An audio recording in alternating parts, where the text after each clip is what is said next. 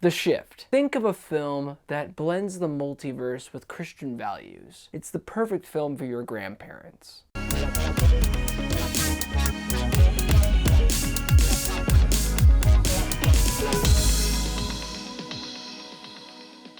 Hey guys, my name is Joseph Curtis, and if you love movies just as much as me, you have come to the right place. Now do me a huge solid and click that like and subscribe button.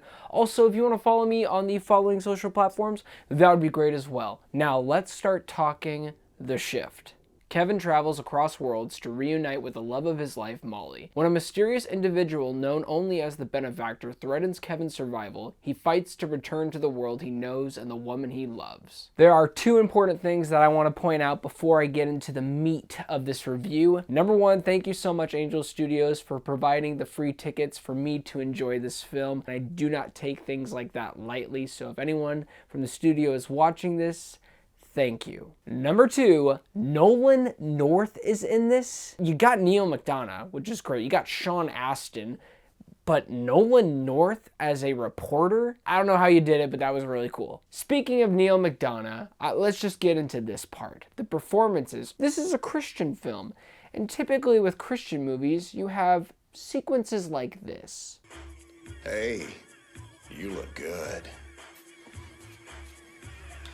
But now, today's day and age of filming and cinema, there are some standards finally in the Christian community. Good editing, good writing, good acting. And here, overall, everybody's performance is either okay or pretty good. Neal McDonough chews up the scenery. He plays essentially the devil. He's the villain in this film. And from the very first moment that we get of him with Kevin, the main character, in the restaurant, you are just immediately hooked into this character. And I don't mean it's a character that you absolutely love, it's a character that you despise and you're disturbed by. And Neal McDonough really pulls off an incredible performance. And as for the other performers, you know, they were good. Sean Astin, he's good. The guy who plays Kevin, he was all right. There were some scenes though, and I will say this, he was channeling, I would say, his Nicolas Cage. Tell me! How to get burned! How to get burned! How to get burned! Back up! There are moments that just come across as noise, and that's sadly what he was kind of doing in the role. But overall, he did a solid job with most of the scenes. And if you think this is going to be an action-packed film, you will be disappointed. This is a character study thrown in with the multiverse aspect, with the futuristic side of it, retelling of the story of Job. That's really what this is. It's about the story of perseverance and how one man can go through all this crap and still come out with a smile on his face, with a positive angle to everything that's going on with this character. As I move on to the things that didn't really work, I really want to stress this, that I like the idea of this film, but it's all about execution. And sadly to me, the script was really, really bland for most of the time. It's a film that's trying to copycat and mush together other stories with the multiverse concept. And I admire it, it just sort of falls apart in all the areas that should work. The relationship aspect. The whole crux of this film, the whole point of it is this relationship between this man and woman that become husband and wife. The first scene that they have together is in this bar area, and you really buy into their chemistry. Then immediately, while they're talking and talking about their future, it literally shows us their future. Understand the attempt, and we feel the longevity of their relationship and how strong it is and how hard it was.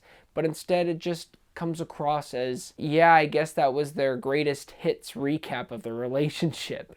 And you do get some moments throughout the film where they do that again, of a flashback and him talking like this. This isn't my world, but I will get her back. Over and over again, they do that. For me, I'm not connecting with the relationship because you're not necessarily showing me scenes of their relationship and how strong they are. You're showing me highlights of their issues and what happened. It's just a shame that it comes across as a bit lazy when they're trying to get us to feel for this relationship. And I understand some other people might feel a different type of way, but for me personally, I couldn't really connect with the whole point of the story.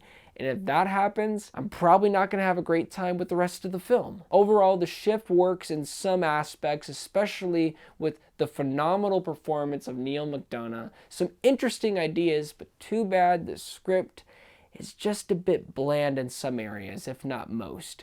And for me, if you have a whole film that's about a relationship and I can't connect with that relationship, the movie it's just not as strong as it thinks it is. I'm going to give The Shift a 4 out of 10. This was a hard review for me because I really wanted to like this film. I just sadly didn't. And I really feel like Angel Studios is on the cusp of something really unique because they are going for projects that aren't just the basic fireproof movies or courageous. No offense to those, I bet there's an audience. But I'm so glad we're moving past those cheesy films. We're going for different ideas, and I really want to say this. Angel Studios, please do more projects like this. Just get a better script. Maybe don't have your actors yelling every 5 scenes, but really, I do mean that. This is really awesome to see creators doing something like this. So I'm here for you, Angel Studios. I'm really here for you, and I'm excited for The Chosen. But guys, that's my review. Please be on the lookout for more. Don't forget to like and subscribe, and also don't forget to be blessed.